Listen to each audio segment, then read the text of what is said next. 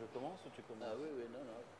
Il était l'héritage, en effet, d'un système historique, et il était perçu comme les vestiges d'une France-Afrique. Ils veulent la stabilité. Et la stabilité se construit en évitant l'instabilité monétaire. Et donc l'idée d'avoir justement cette convertibilité et de demander à la France, tout en sortant, de rester un garant, me paraît être un choix d'équilibre que nous avons trouvé ensemble.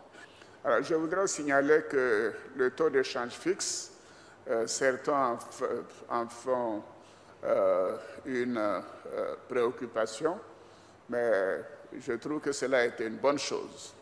Ayant été gouverneur de la Banque centrale des États de l'Afrique moi-même, si nous n'avions pas eu la parité fixe par rapport à l'euro, je crois que nous serions un pays d'inflation, comme de nombreux pays en Afrique de l'Ouest et sur le continent et dans le monde. Et voyez-vous, je vois de nombreux pays où l'inflation est de 100% ou de 1000%, quelquefois même par jour, mais nous n'avons pas eu cela. Et cela a protégé les Africains, en tout cas les pays dont nous parlons. Donc je considère que c'est un choix en toute liberté, et je veux signaler que de très grands pays producteurs de pétrole, ayant des réserves de milliers de milliards, tels que l'Arabie saoudite, ont une parité fixe avec le dollar. Il y a au moins une quarantaine de pays dans le monde qui ont des parités fixes avec des monnaies telles que le dollar, l'euro ou d'autres monnaies.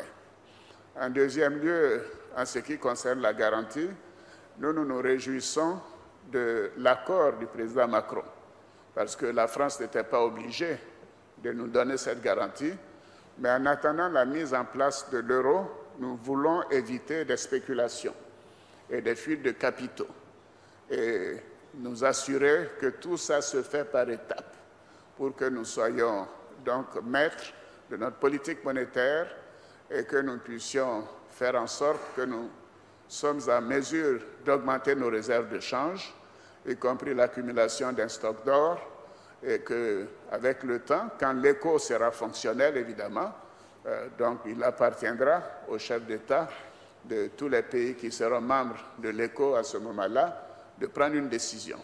Donc je suis totalement heureux de faire cette annonce à Abidjan